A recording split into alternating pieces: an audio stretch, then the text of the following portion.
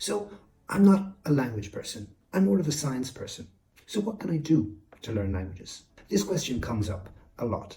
And one of the things we can do is look at the idea of mindset to discover what this actually means for us. Today I'm going to take the book from Carol Dweck, and it's talking about mindset. And just by looking at two different mindsets, we can discover ways to grow and to learn not just languages, but anything. And this topic is part of our English Readers series. Great books that are summarized and graded by different language levels. And today we're going to look at 3 levels: B1, B2, and C1. So let's turn and look at the problem that Carol Dweck sets out for us. She considers 2 different mindsets. And I'm going to change the name of one of them because I think the names that she gives already indicates which one is wrong and which one we should follow. I don't really want that. I don't think as readers we gain anything by that. I think actually we can discover more if we have a free choice at the start. So for that reason, I've renamed the first mindset and I've called it the talented mindset. And the second mindset, I've called it the same as she calls it, growth mindset. If we look at these 2 mindsets, the first one, the talented mindset, thinks of people as born talented. It's a matter of genetics. The second mindset is the growth mindset. Become better at something by working at it, by training at it. Many people are firmly rooted in one, and other people are firmly rooted in another. And we want to consider what the difference would be if we place ourselves in each group. Doing this can allow us to discover what learning means and how we can achieve it for ourselves, for any subject. We're going to look at chapter 1 first, which is focused on the talented mindset, and we're going to look at the B1 level. And we see first, I've got 4 points highlighted. Believe that talent, think that performance, perform development, make mistakes. These are small phrases which allow us to build larger ones. And we want simply just to practice with these, to explain and to express the main concept in these 2 paragraphs that we have here for B1 level, and to use these phrases to do that. So let's read just the B1 paragraph together. People with a talented mindset believe that talent is permanent and cannot be changed.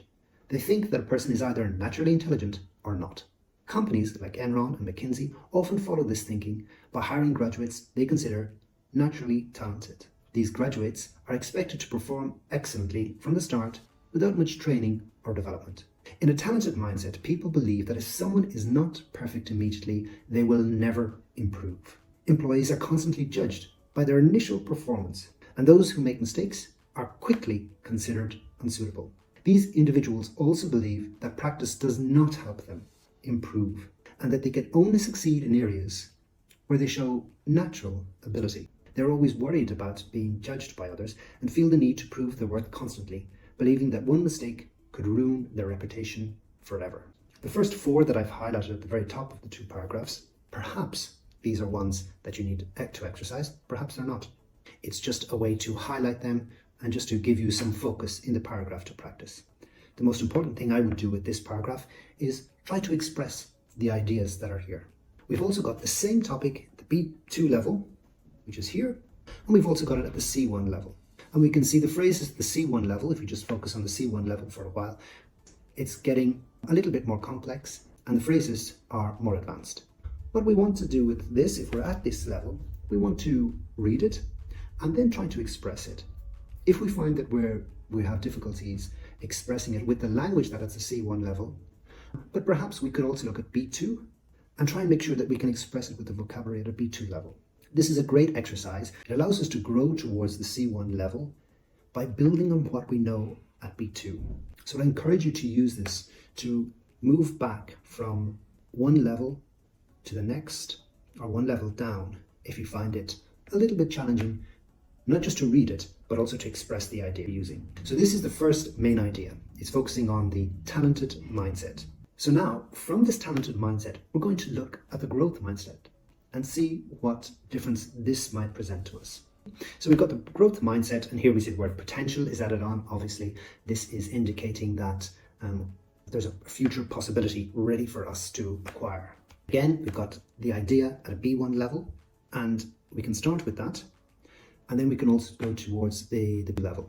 Right, the B2 level, you can see it's increasing the vocabulary. We're moving from just get excited about solve problems at B1, and we're moving towards B2 of demonstrate, push boundaries, view opportunities. And then moving on then to the C1 level, we're using even more advanced vocabulary here. Transcend limitations, emerge from talent, cultivate and cultures, approach strategies.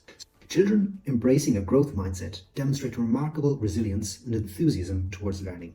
When confronted with challenging mathematical problems, they don't shy away, but instead become energized, eager to explore more similar challenges at home.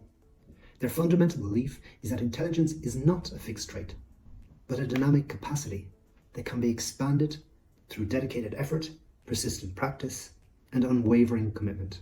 Now, obviously, this is a very ideal representation of growth mindset, but actually in it, we can see the difference between the talented mindset, which is just working on what we have, whether the growth mindset is working towards acquiring it. We have the material at a B1 level, a B2 level, and a C1 level. The first mindset is focused on talent, that to be good at anything, it's all basically about whether you were born with it or not.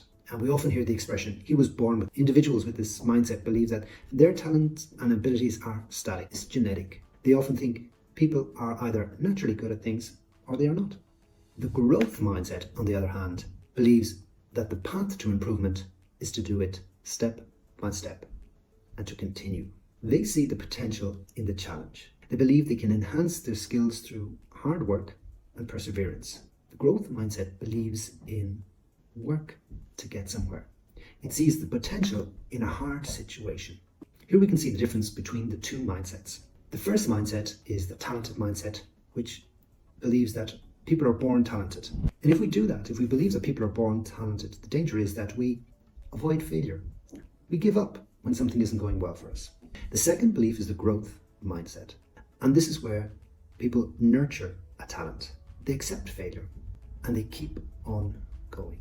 Failure for this mindset is actually the proof that they are working on something and working towards a goal that is not present for them now. So I really hope that you enjoy this material and that you experiment with moving from one level to another. Looking forward to seeing you all in one of our classes very soon.